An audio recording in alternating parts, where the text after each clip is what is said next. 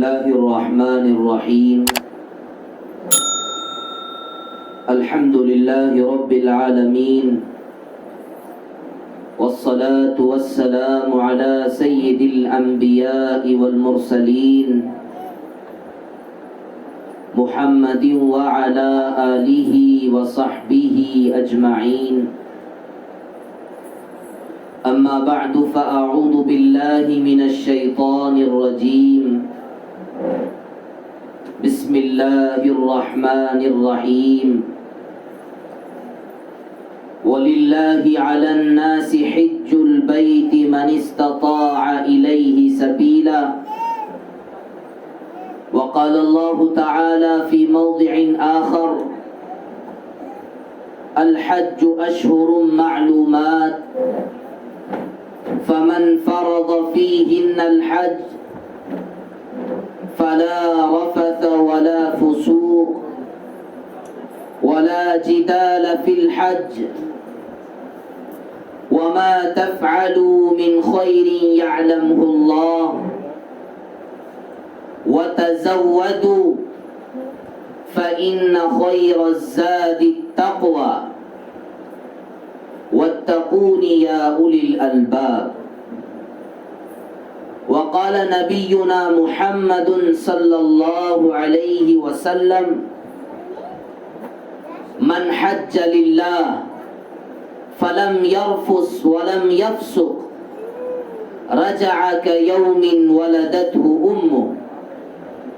وقال النبي صلى الله عليه وسلم: الحج المبرور ليس له جزاء إلا الجنة أو كما قال رسول الله صلى الله عليه وسلم.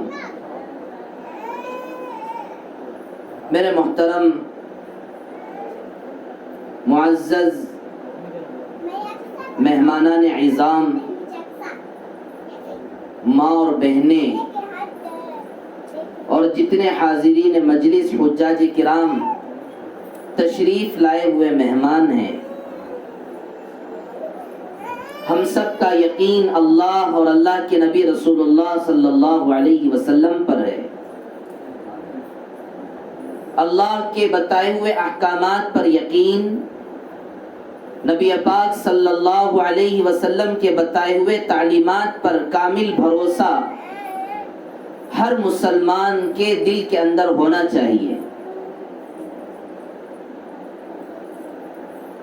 اللہ کا اور اللہ کے نبی رسول اللہ صلی اللہ علیہ وسلم کی تعلیمات سراپا انسانوں کے لیے رحمت ہیں،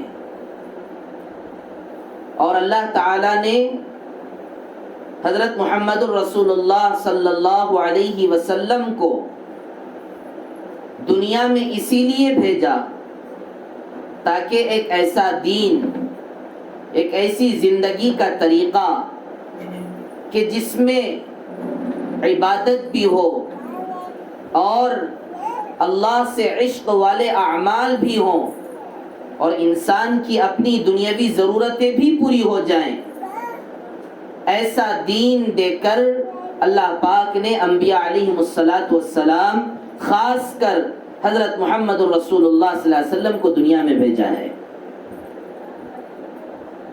یہ وہ دین نہیں ہے کہ جس کے اندر آدمی دنیا سے دور رہ کر بیوی اور بچوں سے، کاروبار اور تجارت سے الگ ہو کر دین اختیار کرے. اسلام کے آنے سے پہلے دنیا کے اندر جن مذاہب کا دستور تھا، اسلام کے آنے سے پہلے عبادت کے جو طریقے لوگوں میں رائج تھے، اسلام کے آنے سے پہلے 1400 سال 1500 سال اسلام کے آنے سے پہلے دین الگ تھا، دنیا الگ تھا. دیندار بننا چاہتے ہیں دنیا کو چھوڑنا پڑے گا، اور دنیا دار بننا چاہتے ہیں تو دین پر چلنا مشکل ہے. لیکن میرے محترم ماں اور بہنیں اور عزیز ساتھیوں، بزرگوں، اللہ پاک نے حضرت محمد الرسول اللہ صلی اللہ علیہ وسلم کے ذریعے ایسا دین، ایسا مذہب، ایسا طریقہ اللہ پاک نے اس دنیا کے تمام انسانیت کو اور تمام انسانوں کو دے کر بھیجا ہے کہ ایسا مذہب جس میں دین اور دنیا دونوں کو جمع کیا گیا۔ اس لیے آدمی دین پر چلنے کی جب بات آتی ہے پریشان ہو جاتا ہے، ڈر جاتا ہے، گھبرا جاتا ہے کہ دین تو بڑا مشکل ہے۔ حضرت محمد الرسول اللہ صلی اللہ علیہ وسلم نے اپنے کلمات کے ذریعے امت کے مسلمانوں کو، انسانوں کو یہ کہا، الدین یسر، دین بہت آسان ہے، دین بہت آسان ہے۔ وَلَقَدْ يَسَّرْنَا الْقُرْآنَ لِلذِّكْرِ فَهَلْ مِن مُدَّكِرٍ۔ اللہ پاک قرآن کے اندر کتنی زبردست طریقے سے انسانوں کے سامنے یہ خطاب کرتے ہوئے فرماتے ہیں، ہم نے قرآن کو انسانوں کے لیے آسان کیا ہے، قرآن پر عمل کرنے والا کون ہے؟ قرآن پر عمل کرنے والا کون ہے؟ قرآن کو ہم نے پڑھنے کے لیے آسان بنایا، قرآن کو سیکھنے والا کون ہے؟ قرآن کریم پر چلنے اور قرآن کریم کو اپنی زندگی میں لانے کے لیے اللہ نے قرآن کو آسان بنایا، لیکن عمل کرنے والا، پڑھنے والا، چلنے والا کون ہے؟ میرے محترم عزیز بزرگوں، بھائیوں، ماں اور بہنیں، سب سے پہلے اس خیال کو اپنے ذہنوں سے نکال کر کہ اللہ کا دین بہت آسان ہے، اس کو جمانا ہے۔ اللہ کا دین بہت آسان ہے، اللہ تعالی حلال طریقے پر دنیا کے ساتھ دین کو لانا چاہتے ہیں۔ حضرات صحابہ اکرام کی زندگیاں، تاجر تھے، عابد بھی تھے، تجارت کے ساتھ انہوں نے عبادت کو جمع کیا، تجارت کے ساتھ انہوں نے دعوت کو جمع کیا، تجارت کے ساتھ انہوں نے اللہ سے عشق کو اور اللہ سے تعلق کو انہوں نے جوڑا۔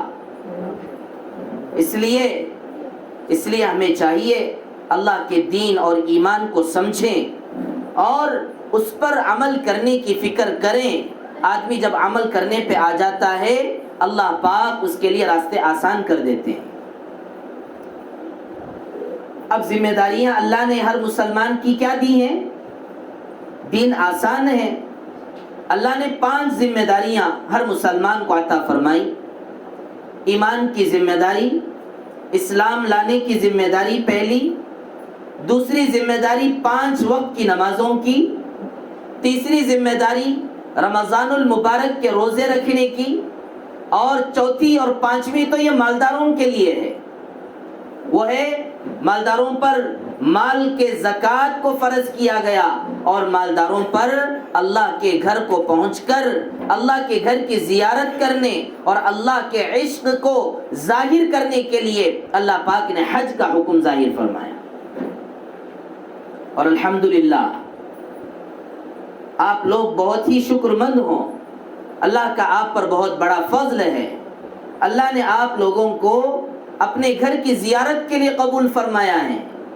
اللہ کا شکر ادا کرنا چاہیے، اللہ کے سامنے اللہ سے شکر ادا کرتے ہوئے اللہ سے مانگتے رہنا چاہیے، اے اللہ آپ نے ہمیں آپ کے گھر کی زیارت کے لیے، آپ کے گھر تک پہنچنے کے لیے ہمیں استطاعت بھی عطا فرمائی، طاقت بھی عطا فرمایا، اور آپ اپنے فضل و کرم سے لے جا رہے ہیں۔ اللہ کے سامنے رو رو کر اللہ سے شکریہ کے الفاظ کہتے رہنے چاہیے۔ حاجی بن کر تکبر نہ ہو، حاجی بن کر تواضع کی صفت پیدا ہونی چاہیے۔ حضرت مولانا شاہ ابرار الحق صاحب ہردوئی رحمت اللہ علیہ اللہ والوں میں سے گزرے ہیں۔ ہردوئی کے علاقے میں بڑا مدرسہ حضرت کا چلتا ہے، آج بھی چل رہا ہے۔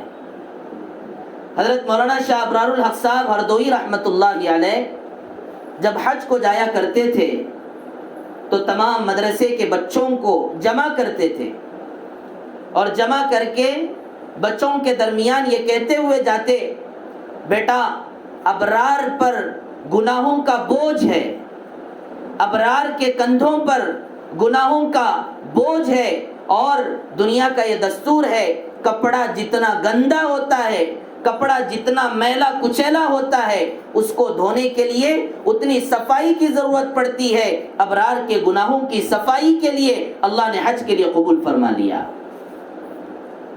تو گناہ سے توبہ کرنے کا مزاج، اللہ سے اپنے گناہوں کو بخشش کروانے کی عادت، تکبر نہیں، فخر نہ ہو، یہ عاشقانہ سفر ہے۔ حج ایک عاشقانہ سفر ہے، حج ایک بخشش والا سفر ہے، حج ایک انسان کا اپنے خدا کے ساتھ جو تعلق ہونا چاہیے اس تعلق کی نظیر اور مثال پیش کرنے کی سفر ہے۔ حضرت مولانا امام غزالی رحمۃ اللہ علیہ نے اپنی کتابوں کے اندر لکھا کہ حاجی جب حج کو جاتا ہے کیسے جاتا ہے؟ اپنا گھر دار، اپنا گھر چھوڑ دیا، اپنے بیویوں کو چھوڑ دیا، اپنے بچوں کو چھوڑ دیا، اپنا وطن چھوڑ دیا، اپنا ملک چھوڑ دیا، سب کچھ چھوڑ کر صرف اس لیے جاتا ہے کہ میں اللہ کا بندہ ہوں، اللہ کی عبادت کے لیے پیدا کیا گیا، اللہ کی عبادت کے لیے پیدا کیا گیا۔ تو اس لیے ہمارے اندر وہ جذبہ، وہ خیال جو ایک حاجی کے اندر ہونا چاہیے کہ میں اللہ کا بندہ، اللہ کے دربار میں بلایا جا رہا ہوں، اس نیت کے ساتھ اپنے آپ کو حج کے لیے تیار کرنا ہے، نیت کی صفائی۔ حج اللہ نے ذمہ داروں اور مالداروں پر اللہ نے حج کو فرض کیا اور یہ کہا فَمَنْ فَرَضَ فِيهِنَّ الْحَجَّ فَلَا رَفَثَ وَلَا فُسُوقَ وَلَا جِدَالَ فِي الْحَجِّ وَمَا تَفْعَلُوا مِنْ خَيْرٍ يَعْلَمْهُ اللَّهُ۔ اللہ پاک فرماتے ہیں ہم نے آپ کو حج کے لیے قبول فرمایا، حج کے اندر کوئی گناہ کی بات نہیں، حج کے اندر کوئی فسق کی بات نہیں، حج کے اندر کوئی غلط خیالات نہیں، تصحیح نیت کے ساتھ نیت کو درست کرتے ہوئے اپنے آپ کو چلانا ہے۔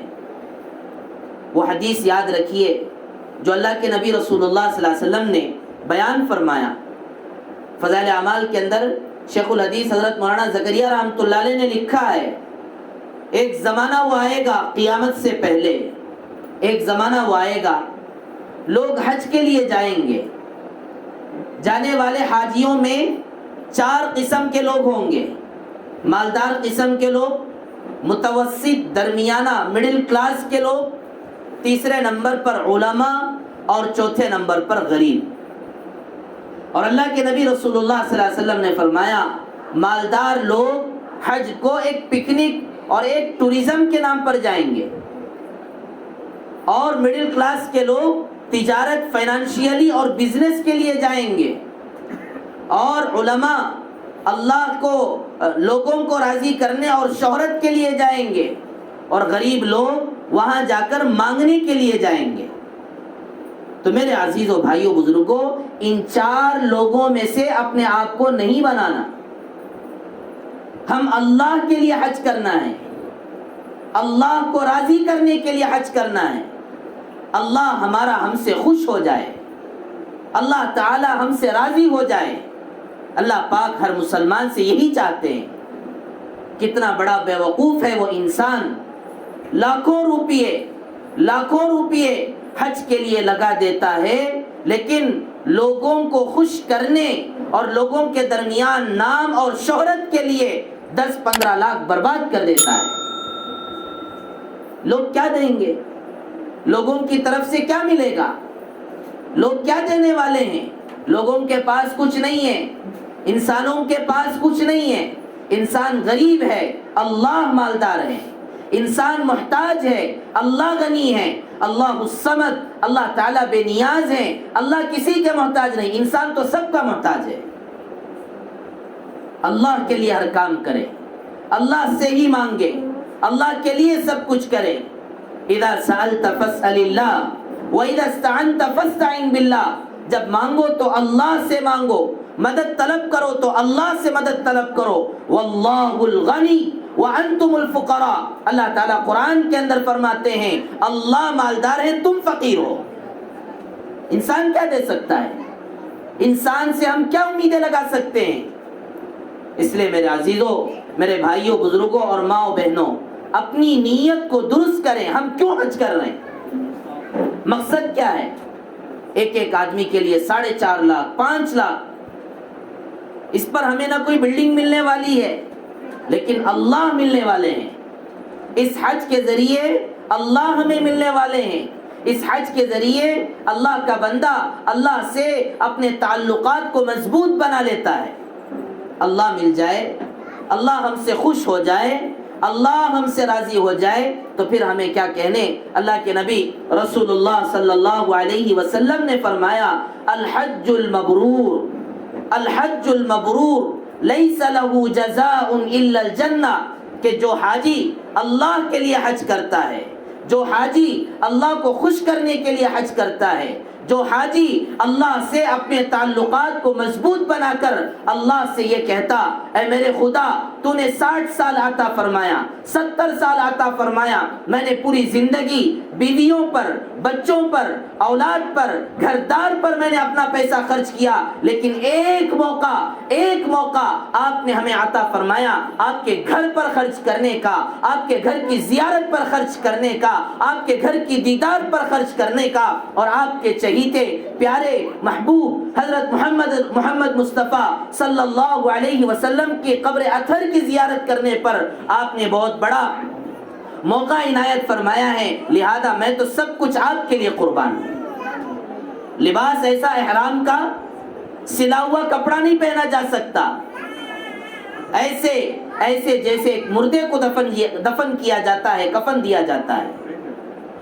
تو اللہ پاک نے یہ موقع عطا فرمایا ہے. اللہ کے نبی فرماتے ہیں جو حاجی اللہ کے لیے حج کرتا ہے اللہ تعالیٰ اس کے حج کو قبول فرماتے ہیں. اور آگے اللہ کے نبی نے فرمایا لیس له جزاء الا الجنہ، اس حاجی کے حج کرنے کے بعد اس کا بدلہ یہی ہے کہ اللہ تعالیٰ اس کو جنتی بنا دیتے ہیں، اللہ تعالیٰ اس کو جنت میں داخل کر دیتے ہیں. یہ دنیا کی زندگی ہمیشہ کی زندگی نہیں، یہ دنیا کی زندگی ہمیشہ کی آرام کی زندگی نہیں. اللہ کے نبی رسول اللہ صلی اللہ علیہ وسلم امت کو بتا کر چلے گئے، دنیا اصل نہیں ہے، آخرت اصل ہے. دنیا کا گھر اصل نہیں ہے، آخرت کا گھر اصل ہے. دنیا کا مال اصل نہیں ہے، آخرت کا مال اصل ہے. ہم نے آخرت کے لیے کیا تیار کیا؟ قیامت کا میدان قائم ہوگا، اللہ تعالیٰ ہر انسان سے پوچھیں گے تم نے دنیا کے اندر کیا کام کیا؟ تو کیا ہم یہ جواب دیں گے اے اللہ ہم نے دنیا کے اندر اپنے گھر والوں کے لیے، اپنے بچوں کے لیے فلاں کام کیا، فلاں کام کیا؟ اللہ تعالیٰ پوچھیں گے تم نے میرے لیے کیا کیا ہے؟ میرے لیے کیا کیا ہے؟ عبادات میں حج ایک ایسا عاشقانہ عبادت ہے کہ جس کا تعلق براہ راست اللہ سے ہے، براہ راست اللہ سے. کیا ہمارے بچے یہ چاہتے ہیں کہ بابا ایسے کپڑے پہنے احرام کے جو سلا ہوا نہ ہو؟ کوئی بچہ نہیں چاہتا. کیا ہماری اولاد، ہماری نسل، ہمارے بیٹے، ہماری پوتیاں اور ہماری نواسی یہ چاہتی ہیں کہ ہم اپنا گھر دار وطن سب چھوڑ کر کسی ایک پتھر کے اطراف طواف کرتے پھریں؟ کیا ہمارے گھر والے یہ چاہتے ہیں کہ میرے ابا دھوپ کے اندر مینا سے لے کر عرفہ سے لے کر مزدلفہ سے لے کر فلاں سے فلاں الگ الگ جگہوں پر محنت کے ساتھ چلتے رہیں؟ کیا کوئی انسان چاہتا ہے؟ میرے عزیزو بھائیو بزرگوں، قل ان صلاتی ونسکی ومحیای ومماتی للہ رب العالمین. حج کا تعلق تو صرف اللہ کے لیے ہے. آدمی طواف پر اللہ کے گھر کے پاس طواف کرتا ہے یہ کہتے ہوئے مجھے کوئی ضرورت نہیں تھی، آپ کا حکم تھا، میں نے طواف آپ کے لیے کیا ہے. منا سعی بین الصفا والمروہ، صفا اور مروہ کے درمیان چلنا یہ کون سی بات ہے؟ یہ کیا چیز ہے؟ اللہ کا حکم ہے. اللہ تعالیٰ کہتے ہیں میری محبت میں چلو، میری محبت میں چلو. تو ایک حاجی صفا اور مروہ کے درمیان سعی کرتا ہے، وہ ایک مسلمان کا اللہ سے محبت کی ایک علامت ہے. آج دھوپ کا زمانہ، گرمی کا زمانہ، لیکن میرے عزیزوں، میرے بھائیوں اور ماں اور بہنیں، گرمی کا زمانہ ہونے کے باوجود کیا آج کوئی مسلمان حج کرنے سے پیچھے ہٹ رہا ہے؟ کیا کوئی مسلمان اللہ کے گھر کی زیارت کرنے سے پیچھے ہٹ رہا ہے؟ ہر مسلمان کا دل یہ چاہتا ہے 60 سال کی زندگی میں کچھ کام میں اپنے رب کے لیے بھی کچھ کروں، اپنے خدا کے لیے کچھ کروں، اپنے اللہ کے لیے کچھ کروں، جس نے ہمیں کھلایا، جس نے ہمیں پلایا، جس نے ہمیں سلایا، جس نے ہمیں جگایا، اور جس نے ہمیں تجارتیں عطا فرمائی، بزنس عطا فرمایا، مال بھی دیا، اولاد بھی دیا، بچے بھی دیے، دکان اور مکان بھی دیا، اس خدا اور اس رب ذوالجلال کے لیے ہم نے کیا کیا ہے؟ اس لیے فرماتے ہیں حج ایک عاشقانہ سفر ہے، اور وہ عشق کس سے ہے؟ کسی عورت سے نہیں، کسی مال سے نہیں، کسی گھر سے نہیں، کسی دار سے نہیں، غیر پوچھتا ہے ایک مسلمان سے کہ تم اپنے یہاں جانے کے لیے، وہاں پر جانے کے لیے 4.5 لاکھ 5 لاکھ اتنے لاکھوں روپے خرچ کرتے ہو، اس پر تمہیں کیا ملنے والا ہے؟ کیا تم کسی گھر کو محلے کے لیے خرچ کر رہے ہو؟ کیا تم وہاں پر کسی عورت سے شادی کے لیے خرچ کر رہے ہو؟ اس کا ایک ہی جواب ہے للہ، اللہ کو خوش کرنے کے لیے سب کچھ ہے۔ تو اس لیے ہماری نیت صحیح ہو، اللہ کے لیے، اللہ کے لیے ہمیں کرنا ہے۔ پکنک کے طور پر اس سفر کو نہیں منانا، پکنک کے طور پر اس عاشقانہ سفر کو برباد نہیں کرنا۔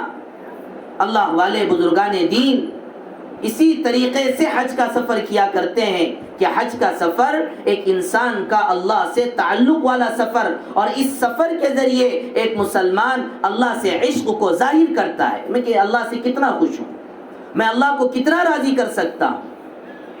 نیت کی تصحیح، سب سے پہلا کام نیت کو درست کرنا، اور دوسرا کام یہ ہے، اللہ پاک فرماتے ہیں کہ جب تم میرے لیے آؤ گے یہاں پر تو سب کچھ برداشت کرنا پڑے گا۔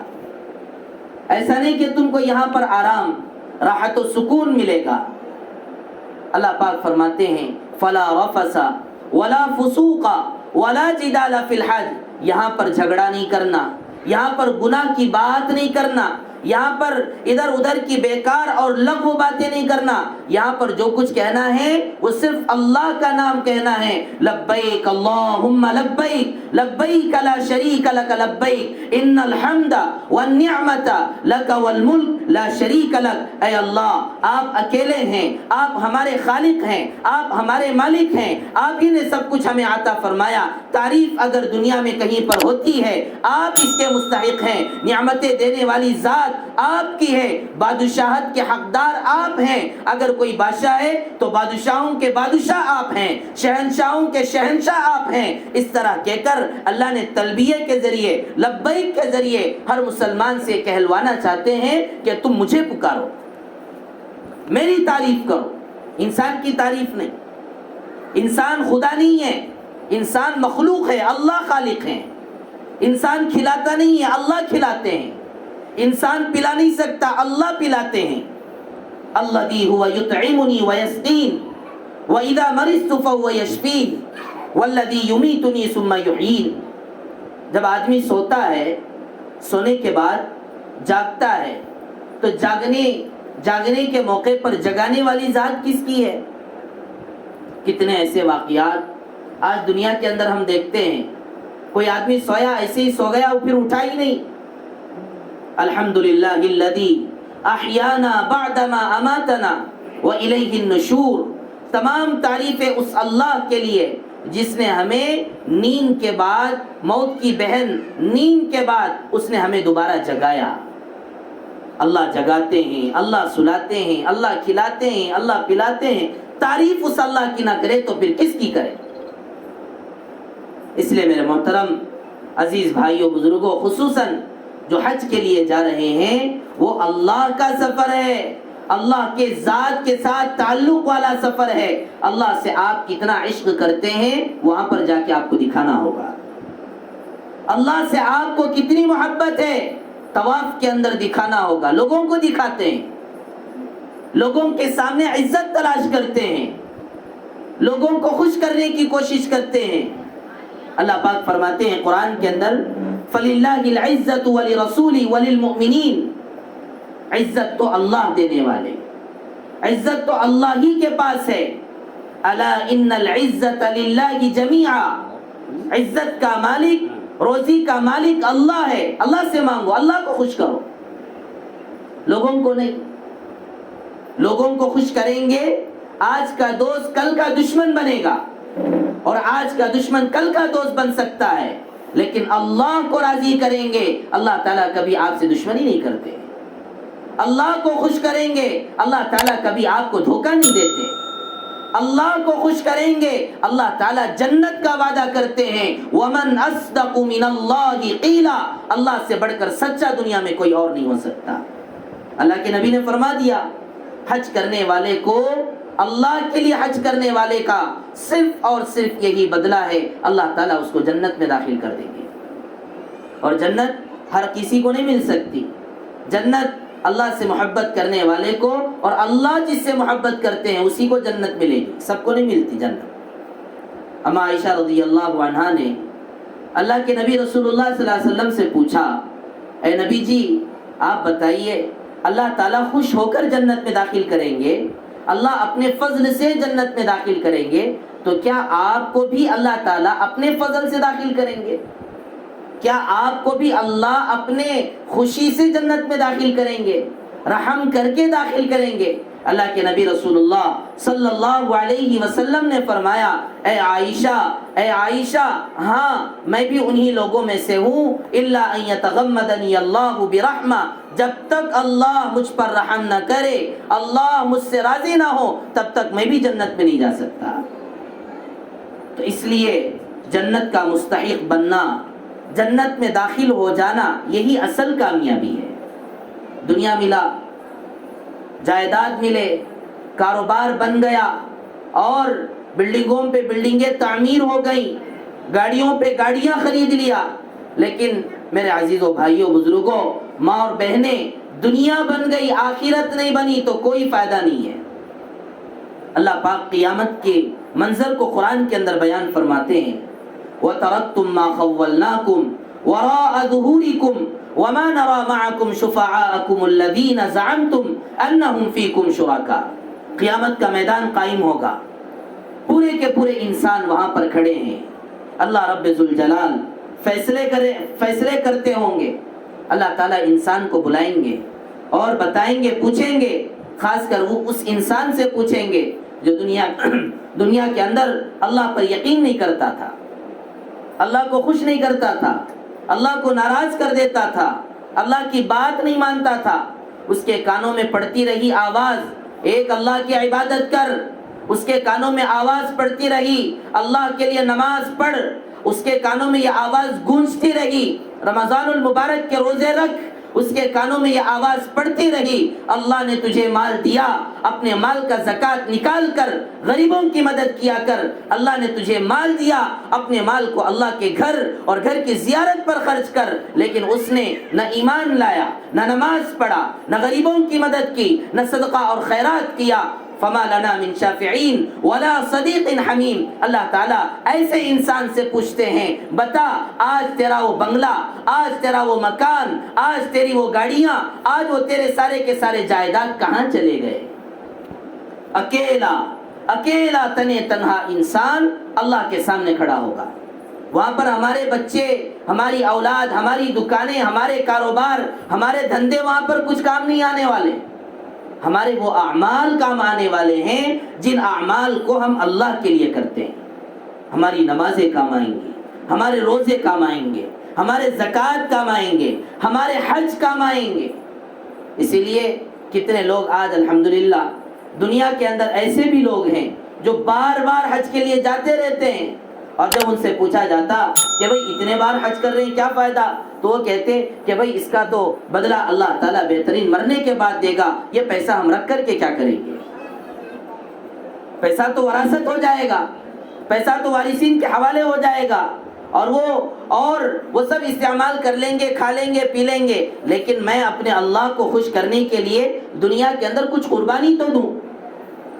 قربانی کا سبق دیا گیا ہے اس حج کے ذریعے کہ ایک انسان، ایک مسلمان اللہ کے لیے کیا کر سکتا ہے۔ حضرت ابراہیم علیہ السلام کا جو واقعہ مشہور ہے، ابراہیم علیہ السلام ابھی بچے پیدا نہیں ہوئے، اللہ سے مانگا، اللہ سے پوچھا، تو اللہ پاک نے بہت ہی بڑھاپے کے زمانے میں 80 سال کی عمر میں اللہ تعالیٰ نے اولاد عطا فرمائی، حضرت اسماعیل علیہ السلام۔ اب دیکھیے اللہ تعالیٰ امتحان لے رہے ہیں کہ آپ کو محبت بچے سے ہے یا مجھ سے ہے؟ آپ کی محبت مجھ سے ہے یا بچے سے ہے؟ اللہ پاک حضرت ابراہیم علیہ السلام سے کہتے ہیں کہ تم اپنے بچے کو ذبح کرو۔ بڑی عجیب مثال اسلام کے اندر ہر مسلمان کو دی گئی کہ بوڑھا انسان 80 سال ہو گئے، بچوں کے لیے ترس رہا تھا، 80 سال کے بعد ایک بہت ہی خوبصورت لڑکا پیدا ہوا ہے، اب اللہ تعالیٰ اس بوڑھے باپ سے کہتے ہیں کہ تم جاؤ اور اپنے بچے کو ذبح کرو میرے لیے۔ کتنا شاق گزرا ہوگا، کتنی دل پر چوٹ لگی ہوگی حضرت ابراہیم علیہ السلام پر۔ لیکن حضرت ابراہیم علیہ السلام وہ معمولی انسان نہیں تھے، اللہ کے نبی تھے، اور ان کو یہ بات معلوم تھی کہ یہ ہمارا جینا اللہ کے لیے، یہ ہمارا بدن اللہ کے لیے، یہ ہماری روح اللہ کے لیے، ہمارا کچھ نہیں، ہم اپنا سمجھتے ہیں، اپنا کچھ بھی نہیں ہے۔ حضرت مولانا الیاس صاحب رحمۃ اللہ علیہ کا وہ واقعہ میں بار بار بیان کرتا ہوں۔ ایک مرتبہ ایک کوئی چیز گم گئی، مولانا یوسف صاحب رحمۃ اللہ علیہ اس کو ڈھونڈنے لگے، تو مولانا الیاس صاحب رحمۃ اللہ علیہ نے مولانا یوسف صاحب رحمۃ اللہ علیہ سے پوچھا بیٹا کیا ڈھونڈ رہے ہو؟ تو مولانا یوسف صاحب رحمۃ اللہ علیہ نے کہا ابا جان میری فلاں چیز نظر نہیں آ رہی ہے، میں اپنی چیز کو ڈھونڈ رہا ہوں۔ تو مولانا الیاس صاحب رحمۃ اللہ علیہ نے کہا اے یوسف تمہاری کون سی چیز ہے؟ اس کے بعد اپنے بیٹے کو سمجھایا یوسف اللہ پاک نے ہمارے بدنوں کو، ہمارے مالوں کو، ہمارے جسموں کو اللہ نے جنت کے بدلے خرید لیا۔ جسم نہ ہمارا ہے، نہ جان ہمارا ہے، نہ مال ہمارا ہے، سب کچھ اللہ کا۔ تو حضرت ابراہیم علیہ السلام کو یہ بات معلوم ہے، اللہ دیے ہیں اولاد، اللہ دیتے ہیں، اللہ کی مرضی ہے۔ اس خیال کے ساتھ جینے پر اللہ انسان کو راحت مل جائے گی۔ آج دنیا میں بڑا پریشان ہے انسان، کیوں پریشان ہے؟ اللہ پر یقین نہیں ہے، اپنا سمجھتا ہے۔ اللہ کا سمجھنا، اللہ کے حکموں پر راضی ہو جانا اور اللہ کے تقدیر پر یقین کرتے ہوئے اللہ جیسا چاہتے ہیں ویسی زندگی گزارنا، یہ اس زمانے کی سب سے بڑی نعمت جو ہر مسلمان کو ملنی چاہیے۔ ابراہیم علیہ السلام اللہ کے اس حکم پر فوراً اپنے بیٹے سے جا کر پوچھتے ہیں یا بنی انی ارا فی المنام انی اذبحک فانظر ماذا تری۔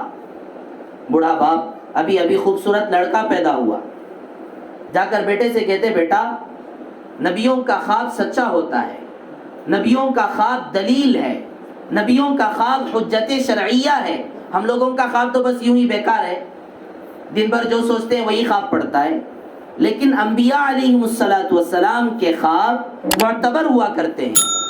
حضرت ابراہیم علیہ السلام نے اپنے بیٹے اسماعیل سے کہا بیٹے میں خواب میں دیکھتا ہوں اللہ مجھے حکم کیے ہیں کہ تمہیں میں اپنے ہاتھوں سے چھری سے ذبح کروں۔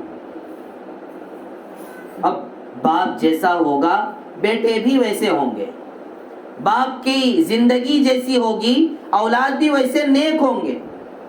حضرت ابراہیم علیہ السلام کی یہ کہنے پر حضرت اسماعیل علیہ السلام بیٹے نے جواب دیا فانظر ماذا تری، آپ نے جو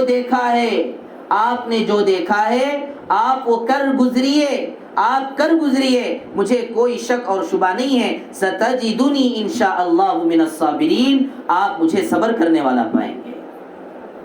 باپ بیٹے کی زندگی اللہ کے لیے کوئی معمولی بات نہیں ہے، بہت معمولی سمجھتے ہیں، واقعات بولنا آسان ہے۔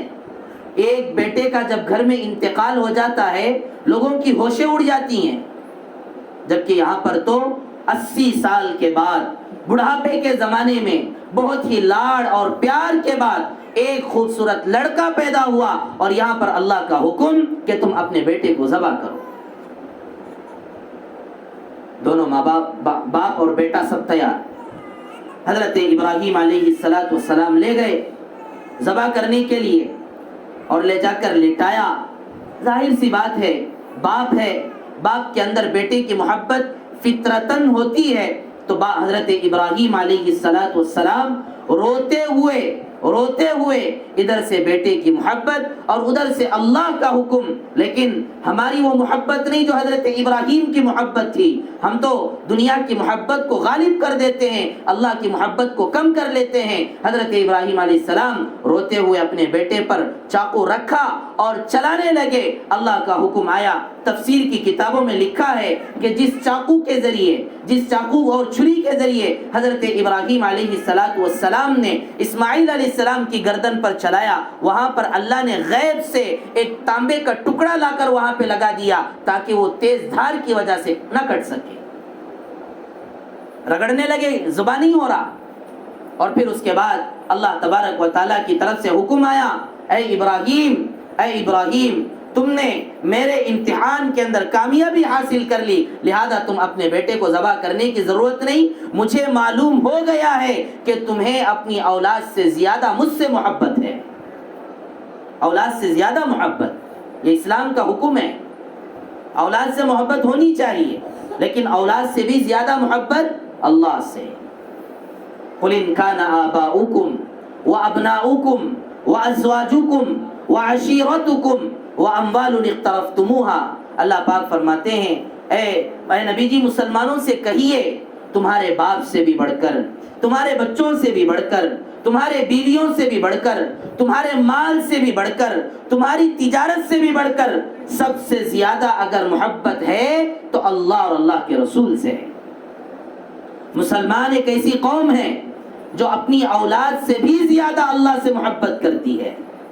مسلمان اس کو کہا جاتا ہے جو اپنی اولاد اور اپنے گھر والوں سے بھی زیادہ حضرت محمد الرسول اللہ صلی اللہ علیہ وسلم سے محبت کرتی ہے. اب ظاہر سی بات، جب ایسی قوم سے تعلق رکھنے والے، ایسے مذہب سے تعلق رکھنے والے کہ جو اللہ کو سب سے بڑا مانتے ہیں، اب ایسا سفر جو اپنے بڑے کے لیے، جو اپنے اللہ کے لیے کیا جا رہا ہو، کتنا عشق کے ساتھ کرنا چاہیے، کتنا عشق کے ساتھ کرنا چاہیے، کتنے تڑپ کے ساتھ کرنا چاہیے. اللہ تعالی عرفات کے میدان کے اندر لوگ جمع ہو کر جب وہاں پر دعائیں کرتے ہیں، اللہ سے مانگتے ہیں، اللہ سے گناہوں کی بخشش طلب کرتے ہیں، اللہ تعالیٰ فرشتوں سے کہتے ہیں اے میرے فرشتوں دیکھو ان بندوں کو، دیکھو ان بندیوں کو، انہوں نے میرے خاطر اپنا وطن چھوڑا، انہوں نے میرے خاطر اپنا گھر چھوڑا، انہوں نے میرے خاطر اپنے بدن کے لباس کو بدل لیا اور سب کچھ چھوڑ کر کے میرے دربار میں میرے لیے یہاں پر میدان میں آ کر پڑے ہیں اور میرے سامنے رو رہے ہیں. تم گواہ رہنا میں نے ان سب کے گناہوں کی مغفرت کر دی. اور اللہ کے نبی رسول اللہ صلی اللہ علیہ وسلم نے فرمایا جتنا زیادہ گناہ جہنم سے خلاصی، جہنم سے چھٹکارا دلا کر لوگوں کے گناہوں کو معاف کر کے جنت میں اللہ تعالیٰ عرفے کے دن کے لوگوں کو اللہ تعالیٰ جتنا جنت میں داخل کرتے ہیں اتنا زیادہ کسی اور دن داخل نہیں کرتے. آپ کو یہ موقع ملنے والا ہے. یہ بولنے سے معلوم نہیں ہوگا، حج کے بارے میں بولنے سے معلوم نہیں ہوگا، عرفات کے بارے میں بولنے سے معلوم نہیں ہوگا، سعی بین الصفا والمروہ، مزدلفہ اور دیگر ارکان کے بارے میں 2-3 باتیں سننے سے معلوم نہیں ہوگا. ایک مرتبہ حج کر کے جا کے تو دیکھے. پوری دنیا کی زندگی میں 60 سال کی زندگی میں US چلا جاتا ہے، امریکہ چلا جاتا ہے، آسٹریلیا چلا جاتا ہے، کینیڈا چلا جاتا ہے، ادھر ادھر کی بیکار چیزوں پہ اپنا وقت لگا رہا، اپنا پیسہ لگا رہا. حضرت ابراہیم علیہ السلام کو اللہ نے حکم دیا جب انہوں نے اللہ کا گھر بنایا، اے ابراہیم وَأَذِّن فِي النَّاسِ بِالْحَجِّ يَأْتُوكَ رِجَالًا عَلَى كُلِّ ضَامِرٍ يَأْتِينَ مِنْ كُلِّ فَجٍّ عَمِيقٍ. اے ابراہیم تم نے میرے لیے گھر بنایا، تم نے میرے لیے کعبۃ اللہ بنایا، اب جاؤ لوگوں میں اعلان کرو تاکہ وہ لوگ دور دراز سے میرے گھر کی زیارت حج کے لیے تشریف لائیں.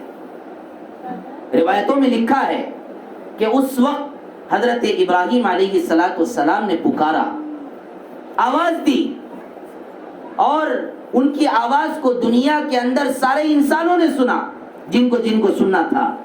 بلکہ بعض روایتوں میں یہاں تک لکھا ہے عالم ارواح کے اندر جتنی روحیں تھیں سب نے حضرت ابراہیم علیہ السلام کے اس اعلان اور آواز کو سنا، اور علماء اکرام فرماتے ہیں اس وقت جس انسان نے، جس روح نے حضرت ابراہیم کی آواز کو سن کر لبیک اللہم لبیک کہا، اللہ تعالیٰ اس کو دنیا کی زندگی میں حج کی توفیق عطا کرتے ہیں۔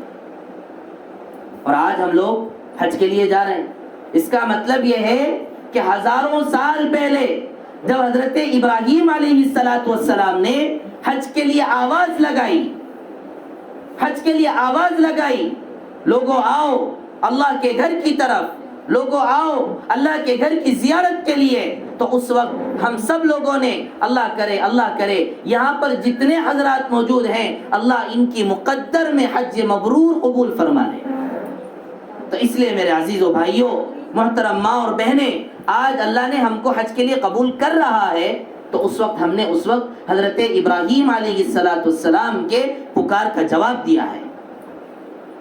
تو بہرحال اللہ نے ہمیں حج کے لیے قبول کیا۔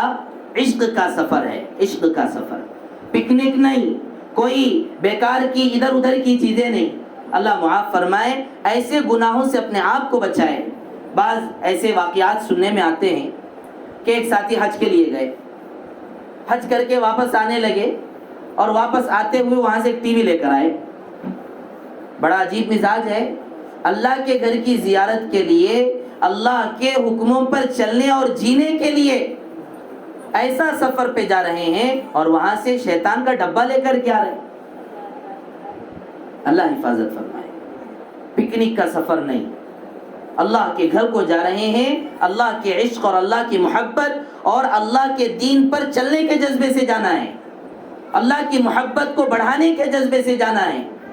تو حضرت ابراہیم علیہ السلام نے بیٹے کی قربانی میں کامیاب ہو گئے، بیٹے کی قربانی۔ اتنا ہی نہیں، آگے اللہ نے حکم دیا کہ جاؤ چلو تم بیٹے کی قربانی میں کامیاب ہو گئے، اب آگے کا ایک امتحان یہ ہے کہ تمہارے بیوی اور بچے کو فلاں میدان کے اندر، فلاں گاؤں کے اندر، فلاں جگہ پر لے جا کے چھوڑ کے آ جاؤ۔ بڑا عجیب مسئلہ ہے۔ آج ہم لوگوں سے بچے کو اسکول کو چھوڑ کر آ گئے، شام کا وقت ہو گیا، 4 بجے 5 بجے، بھول کر بھی اگر آدھا گھنٹہ 1 گھنٹہ دیر ہو جاتا ہے، باپ کے دل کے اندر کیسی کھلبلی مچ جاتی ہے۔ ارے میرا بیٹا کیا ہو گیا، میرا بیٹا کیا ہو گیا۔ جاؤ گھر کے اندر بیوی کی طرف سے پکار، جاؤ جلدی جاؤ بچے کو لے کر آؤ، جاؤ جلدی جاؤ بچے کو لے کر آؤ۔ اللہ پاک حضرت ابراہیم علیہ السلام کو یہ کہتے ہیں، ایک تو کہہ دیا کہ بچے کو ذبح کرنا، کامیاب ہو گئے، بتا دیا مجھے آپ سے محبت ہے۔ اب دوسرا حکم اللہ تعالیٰ نے یہ جاری فرمایا کہ تمہاری بیوی اور بچے کو، وہاں پر نہ کوئی گھاس ہوگا، نہ وہاں پر کوئی پتا ہوگا، نہ وہاں پر کوئی پانی ہوگا، وہاں پر کچھ بھی نہیں، بالکل چٹیل میدان، وہاں پر جا کر چھوڑ کے آؤ۔ حضرت ابراہیم علیہ السلام، اللہ سے محبت تھی، اللہ سے تعلق تھا، گئے، اپنے بیوی کو بلایا، اپنے بچے کو اور اپنے بیٹے کو اسماعیل کو بلایا، اور لے جا کر میدان میں لا کر چھوڑنے لگے، چھوڑ کر جانے لگے۔ واپس جا رہے ہیں تو بیوی حضرت ہاجرہ رضی اللہ عنہا حضرت ابراہیم علیہ السلام سے پوچھتی ہیں، کیا بات ہے آپ ہمیں یہاں چھوڑ کے جا رہے ہیں؟ بواد غیر ذی زرع، اللہ پاک قرآن کے اندر فرماتے ہیں بے آب و گیا، نہ وہاں پر نہ گھاس کا کچھ پتا ہے، نہ وہاں پر کچھ پانی کا کچھ قطرہ ہے۔ ایسے میدان میں جہاں پر نہ پانی کی کوئی شکل ہے، نہ وہاں پر کوئی پتے اور درختوں کی شکل ہے، ایسے میدان کے اندر ایک شوہر اپنی بیوی کو اور ایک باپ اپنے بیٹے کو ایسے ہی چھوڑ کر چلے جانا کوئی معمولی بات نہیں ہے سوائے اللہ کی محبت کے۔ چھوڑ کر جانے لگے۔ حضرت ہاجرہ رضی اللہ عنہا اللہ والی تھی، نبی کی بیوی تھی، اللہ سے تعلق تھا۔ وہ پوچھنے لگی، اے ابراہیم، شاید مجھے محسوس ہو رہا ہے کہ یہ اللہ کا حکم ہے، اگر یہ اللہ کا حکم ہے تو آپ ہمیں یہاں پر چھوڑ کے چلے جائیے۔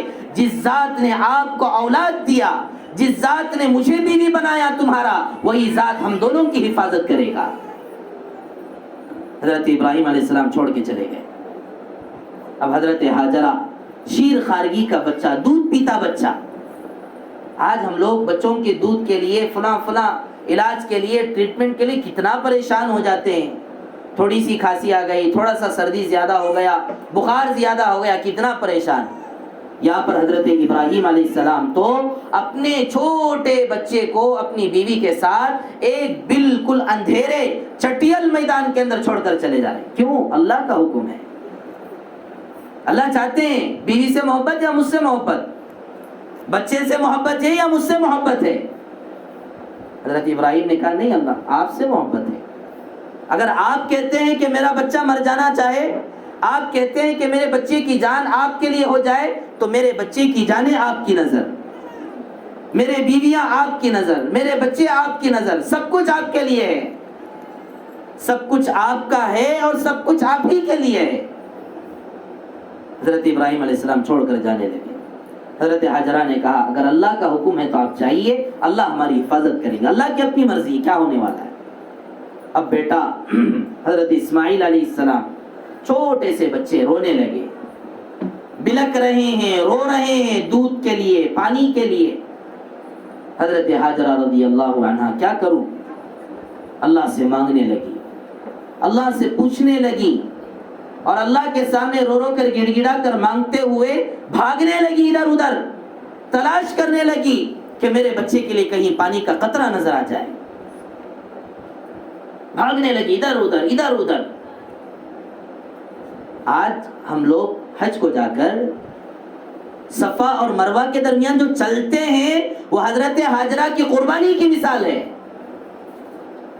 اللہ بتانا چاہتے ہیں اس سعی بین صفا اور مروہ سے انسان اللہ کے لیے جیتا ہے، مسلمان اللہ کے لیے جیتا ہے، مسلمان بیوی اور بچوں کی قربانی دے سکتا ہے اگر اللہ کا حکم قربانی کا آ جائے اپنے بچوں کی۔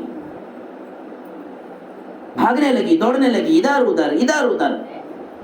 اللہ نے دیکھا ابراہیم کامیاب ہے اپنے امتحان میں، اور حضرت ہاجرہ بھی کامیاب ہے، اللہ سے مانگ رہی ہیں، کوشش کر رہی ہیں کہ جہاں کہیں بھی پانی کا قطرہ کچھ مل جائے، کچھ انتظام ہو جائے بچے کے لیے۔ اللہ پاک نے حضرت اسماعیل علیہ السلام کو، اللہ تعالیٰ نے ان کے ذریعے ان کے پیر ہلنے لگے اور وہ اپنے پیروں کو مارنے لگے، اور ان کی ایڑیوں کے رگڑنے پر اللہ پاک نے وہاں پر زمزم کے فوارے اللہ تعالیٰ نے وہاں پر نازل فرمائے، اور اتنا بہترین پانی، اتنا پانی کا اللہ تعالیٰ نے انتظام کیا کہ آج اسی زمزم کے پانی کو پوری دنیا کے مسلمان لے کر جائیں۔ اور آپ کو معلوم ہونا چاہیے زمزم کا پانی مکے کے اندر نہیں، باقاعدہ پائپ لائنوں کے ذریعے سے زمزم کے پانی کو مدینہ تک پہنچایا جاتا ہے۔ ہم تو پائپ لائن کہاں دیتے؟ ایک گاؤں میں دیتے، ایک گاؤں کے لوگوں کو، وہ بھی بڑی مشکل سے۔ لیکن زمزم کا کنواں ایسا کنواں ہے جو حضرت ہاجرہ کی قربانی اور حضرت اسماعیل علیہ السلام کی قربانی کو یاد دلاتا ہے، اور اللہ نے اتنا بہترین پانی کا انتظام کہ آج پوری دنیا کے لوگ اس کو لے کر کے جا رہے ہیں، لیکن اس پانی کے اندر ذرہ برابر بھی کوئی کمی نہیں ہے۔ آج کنویں سوکھ جا رہے ہیں، اور آپ کو معلوم ہونا چاہیے کنواں کوئی پانی کے علاقے کے اندر نہیں ہے، پتھریلی اور چٹیل میدانوں کے اندر وہاں پر موجود ہے۔ حضرت ابراہیم علیہ السلام کی دعا، اسماعیل علیہ السلام کی قربانی، ابراہیم علیہ السلام جب اللہ کا گھر بن گیا، دیکھا اللہ کا گھر ماشاءاللہ بہت اچھا ہے، مکے کے اندر ہے، لوگ دور دراز سے آئیں گے، گاؤں سے آئیں گے، پوری دنیا سے لوگ آئیں گے، لیکن کھانے کے لیے کیا؟ اللہ کی عبادت کے لیے، اللہ کے گھر کے طواف کے لیے آئیں گے، آنے والے حاجیوں کے لیے کھانے کا انتظام کیا؟ اللہ تعالیٰ کو میوے اور کھانے کی چیزیں، پھل فروٹس اور جتنی چیزیں ہیں، اللہ کو کسی جنگل اور زمین کی ضرورت نہیں ہے کہ وہاں کے لوگوں کو اسی زمین سے پکوا کر کھلائیں۔ حضرت ابراہیم علیہ السلام نے دعا کی، وَارْزُقْهُم مِّنَ الثَّمَرَاتِ، اے اللہ لوگ آئیں گے، آپ نے کہا میں حکم کر دیا، اعلان کر دیا آؤ حج کے لیے، اور لوگ آئیں گے، لیکن یہاں پر تو کوئی انتظام نہیں ہے، کوئی جنگل کھیتی باڑی کا کام نہیں ہوتا، یہاں پر پورے کے پورے پہاڑ اور ریتلی زمین ہے۔ لہذا آپ سے میں دعا کرتا ہوں اس آنے والے مکے اور آپ کے گھر کو آنے والے حاجیوں کے لیے آپ بہتر سے بہتر پھلوں کا رزق آپ انہیں عطا فرمائیے. اور اسی لیے علماء اکرام فرماتے ہیں آج سب سے بہترین پھل، بہت ہی فریش اور تازہ اور عمدہ کوالٹی کا پھل آپ کو اللہ کے گھر اور اللہ کے شہر مکۃ المکرمہ میں ملتا ہے. وہ حضرت ابراہیم علیہ السلام کی دعا کی برکت ہے. ابراہیم علیہ السلام کی دعا کی برکت ہے. کئی ہزاروں سال پہلے حضرت ابراہیم علیہ السلام نے حاجیوں کے لیے اللہ سے دعا فرمائی. اللہ تعالیٰ نے چٹیل میدان ہونے کے باوجود، ریتلی زمین ہونے کے باوجود، پہاڑ اور پتھروں کا علاقہ ہونے کے باوجود اللہ نے یہاں پر آنے والے حاجیوں کے لیے سارے کے سارے سامان مہیا کر دیے بہترین کوالٹی کے. تو میرے محترم عزیز بھائیوں، بزرگوں اور ماں بہنوں، یہ حج کا جو سفر یہ اللہ کے لیے ہمارا ہوتا ہے. اس لیے ہمیں چاہیے اپنے نیتوں کو صحیح کریں، اللہ کے لیے کریں، اللہ کو راضی کرنے کے لیے کریں، اور دلوں کے اندر اللہ کو اپنا بڑا بنا کر، اللہ سے اپنے محبت کو مضبوط کر کے اللہ سے یہ کہیں اے اللہ یہ تو دنیا کی زندگی تھی، ہماری سب ختم ہونے والی ہے، اب آپ ہمیں اللہ کے اپنے گھر کے لیے آپ بلا رہے ہیں. ایک وقت وہ آئے گا، قیامت کا میدان قائم ہوگا، تمام انسانوں کو اللہ کے دربار میں پیش کیا جائے گا. اے اللہ ہم اس وقت آپ سے خوش ہوں، آپ ہمارے سے خوش ہوں، آپ ہمارے لیے جنت کا فیصلہ کر لیں اور ہماری زندگی کامیاب کر دیں. بس یہی ہمارا ارادہ ہے، اس کے علاوہ اور ہمارا کوئی مقصد نہیں، ہمارا کوئی ارادہ نہیں کہ ہم کوئی اور نام لے کر آئیں، لوگوں کے درمیان ہمیں حاجی بلائیں، حاجیاں بلائیں. ہم تو صرف یہ چاہتے ہیں کہ آپ ہماری دنیا کی زندگی کو قبول فرما کر، اس حج کو قبول فرما کر آپ ہم سے راضی ہوں اور ہمیں جنت میں داخل فرما دیں. تو اس لیے میرے محترم ماں اور بہنیں، اس خیال کے ساتھ، اس نیت کے ساتھ، اس جذبے کے ساتھ اللہ کے عشق کو ظاہر کرتے ہوئے اللہ کی خوشی اور اللہ کو جتنا آپ خوش کر سکتے ہیں خوش کیجئے. اس لیے علماء اکرام فرماتے ہیں حج اور عمرے کے سفر کے اندر اگر ہو سکے تو ایسے اشعار، ایسے نعت و نظم کہ جس میں اللہ کی تعریف اور حضرت محمد الرسول اللہ صلی اللہ علیہ وسلم کی تعریف پر جو کلمات ہیں ان کو بار بار گنگناتے رہنا چاہیے. نبی پاک صلی اللہ علیہ وسلم کے زمانے میں اور دیگر ایام میں حضرت حسان بن ثابت رضی اللہ عنہ، وہ صحابی ہیں جو اللہ کے نبی رسول اللہ صلی اللہ علیہ وسلم کی تعریف میں شعر پڑھا کرتے تھے. تو خیر اللہ نے ہمیں حج کے لیے قبول فرمایا، تو اپنی نیت کو درست کریں اور اس قربانی کو یاد رکھیں کہ ہمارا جینا اور مرنا اللہ کے لیے ہے، ہم اللہ کے لیے جینے والے ہیں. اور تیسرا جو سبق حج کے ذریعے ہمیں لینا ہے وہ ہے ہم مسلمان ہیں، اور اللہ تعالیٰ نے پوری دنیا کے مسلمانوں کو ایک بنایا ہے. وحدت امت کا پیغام، مسلمان ایک جسم ہے، مسلمان ایک جان ہے، مسلمان ایک بدن ہے. حضرت محمد الرسول اللہ صلی اللہ علیہ وسلم نے فرمایا کہ مسلمان ایک جسم کی طرح ہیں، اگر بدن کے ایک عضو کو تکلیف ہو تو پورے بدن کو تکلیف ہوتی ہے. آج اللہ کے گھر کے پاس جا کر دیکھیے، پوری دنیا سے مسلمان آتے ہیں، افریقہ سے، امریکہ سے، کینیڈا سے، آسٹریلیا سے، یورپ سے اور دیگر مغربی ممالک، ایشیائی ممالک، مشرق و مغرب، سارے ممالک کے مسلمان آتے ہیں اور اس بنیاد پر وہاں پر جمع ہوتے ہیں کہ ہم سب کے سب اللہ کے بندے اور مسلمان ہیں. مسلمان ہونے کا احساس، مسلمان سمجھ کر ایک دوسرے کے ساتھ ملنا، مسلمان سمجھ کر ایک دوسرے کا تعاون کرنا، مسلمان سمجھ کر ایک دوسرے کی عزت کرنا، مسلمان کا احترام ہمارے اندر پیدا، مسلک کی تبلیغ نہیں اور اپنے رائے، اپنے خیالات کے ذریعے دوسروں کو الگ کرنے کا نہیں، بلکہ اس حج کے پیغام اور حج کے سفر کے ذریعے مسلمانوں کو ایک جگہ جمع کر کے یہ بتایا جاتا ہے کہ تم کسی بھی طریقے پہ عمل کر لو، چاہے تم حنبلی ہو، چاہے تم شافعی ہو، چاہے تم حنفی ہو، چاہے تم کوئی اور طریقے پہ چلتے ہو، لیکن تم اور میں ایک اللہ کے مسلمان اور بندے ہیں، اور ہم سب یہاں پر اللہ کی عبادت کے لیے جمع ہوئے. وحدت امت کا پیغام، امت پنے کا مزاج ہمارا پیدا ہو۔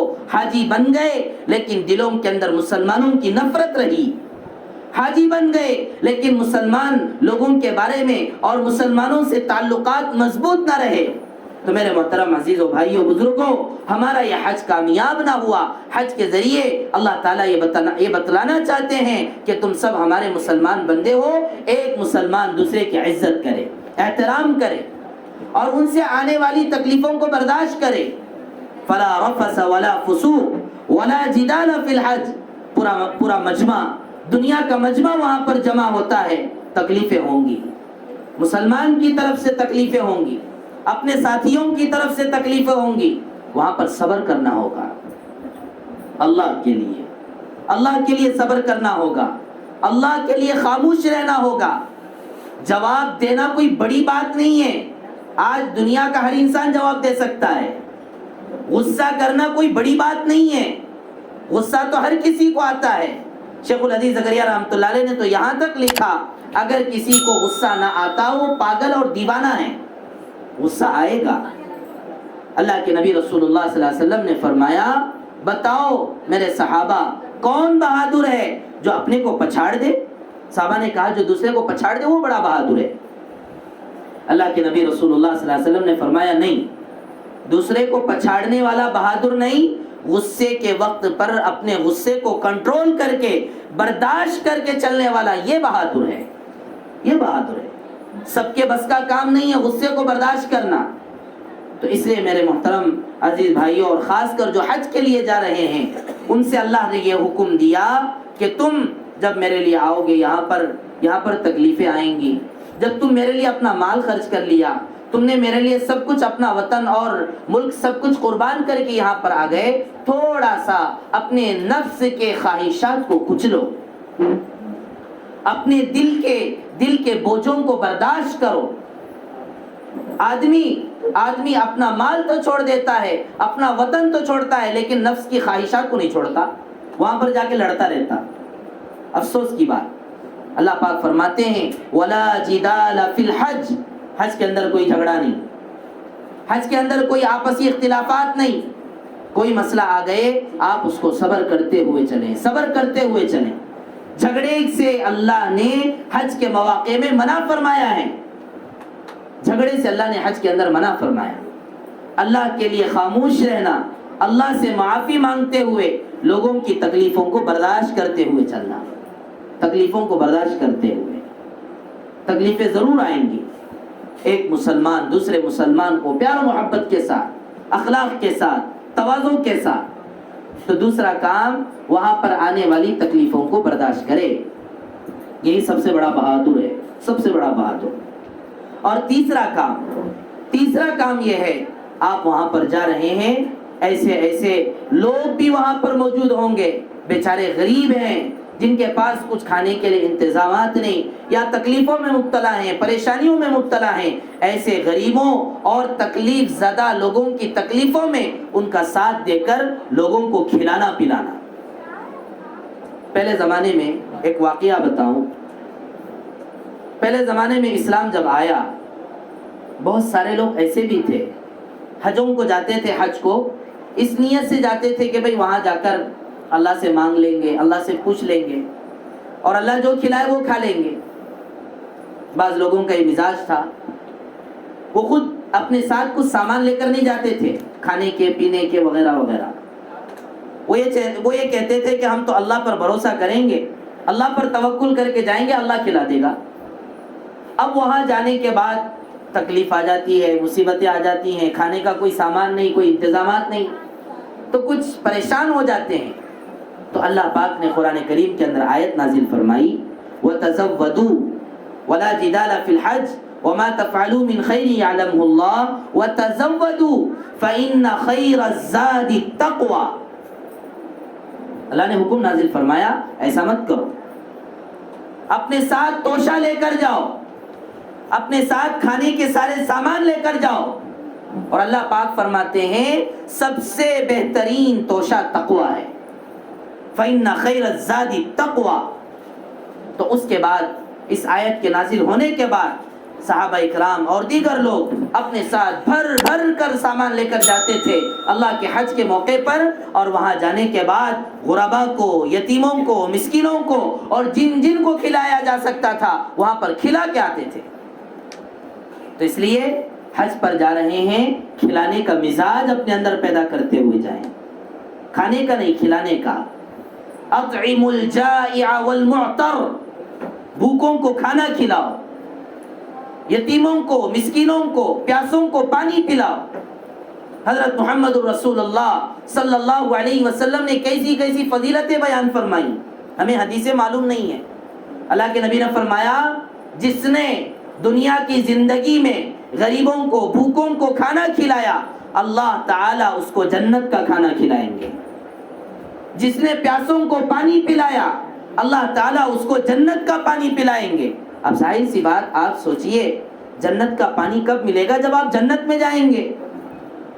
جنت کا کھانا آپ کو اس وقت ملے گا جب جنت میں جائیں گے۔ اس کا مطلب یہ ہے کہ جب مسلمان یتیموں اور غریبوں کو اللہ کے لیے کھلاتا ہے وہ جنتی ہے، وہ جنتی ہے، جنت میں جائے گا۔ تو اللہ کے نبی رسول اللہ صلی اللہ علیہ وسلم نے فرمایا بھوکوں کو کھانا کھلاؤ، یتیموں کو، پیاسوں کو پانی پلاؤ اور ننگوں کو کپڑا پہناؤ۔ رفاہی کاموں کی ترغیب اللہ کے نبی نے دی۔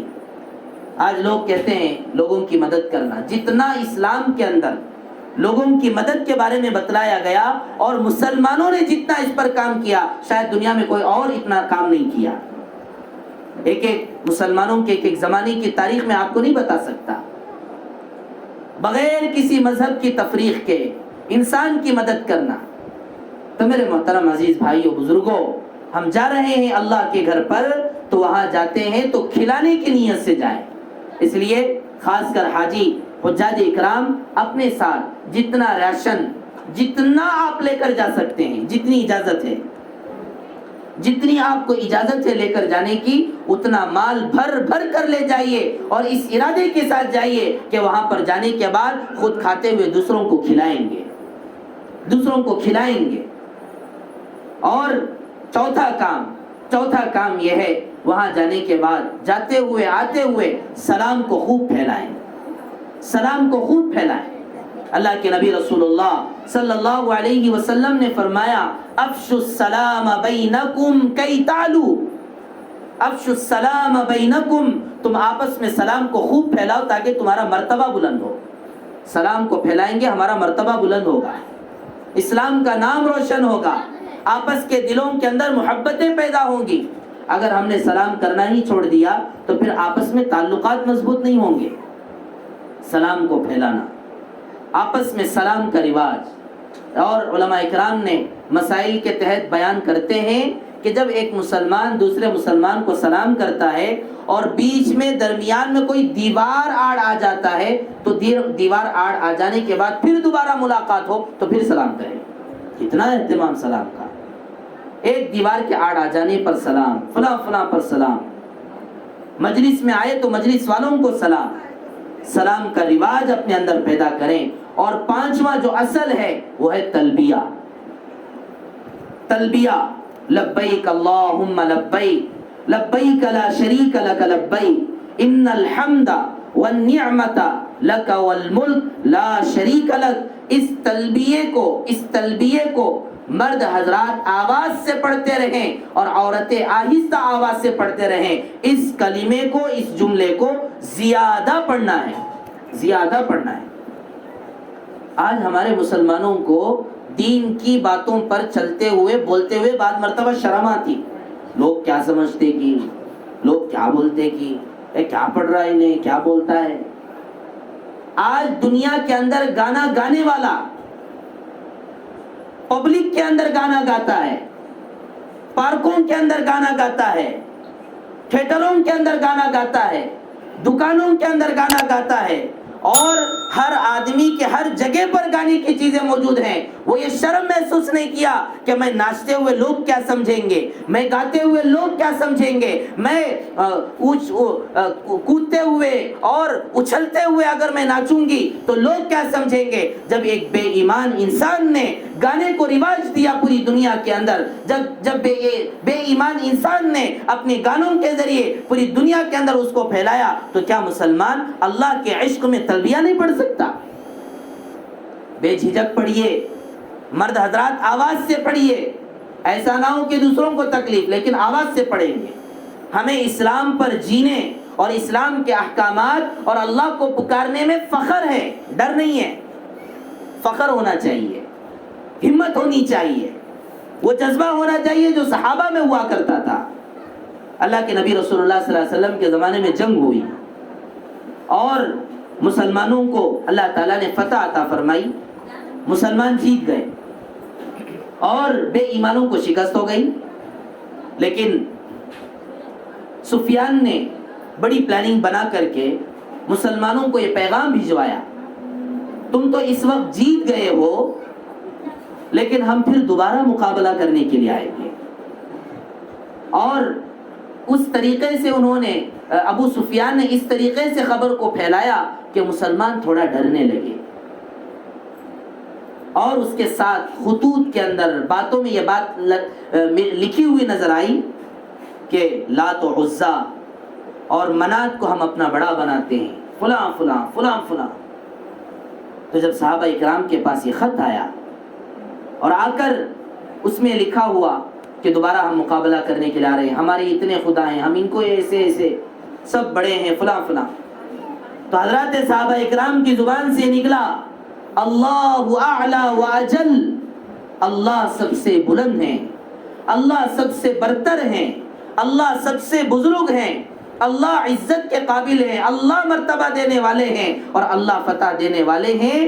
کم ہمت کرنے کے لیے ابو سفیان نے مسلمانوں کے دلوں میں ایمان کو کمزور کرنے کے لیے، صحابہ کے دلوں کے اندر ایمان کو ختم کرنے کے لیے جو خط لکھا تھا، اسی خط کو پڑھ کر حضرات صحابہ اکرام کا ایمان اور بڑھ گیا، ہمت کے ساتھ دین پر چلتے تھے، اللہ پر یقین کرتے تھے اور اللہ کے نام کو بولنے پر فخر محسوس کرتے تھے۔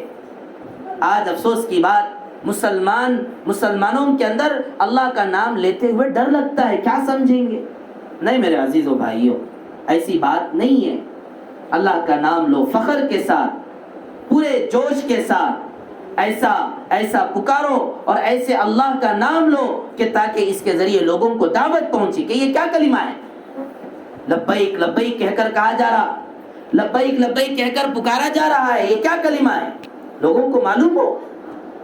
آج لوگوں کو گانے معلوم، آج لوگوں کو فلموں کے نام معلوم، آج لوگوں کو ہیرو اور ہیروئن کے نام معلوم، لبیک اللہم لبیک کا معنی نہیں معلوم، لا الہ الا اللہ محمد رسول اللہ نہیں معلوم۔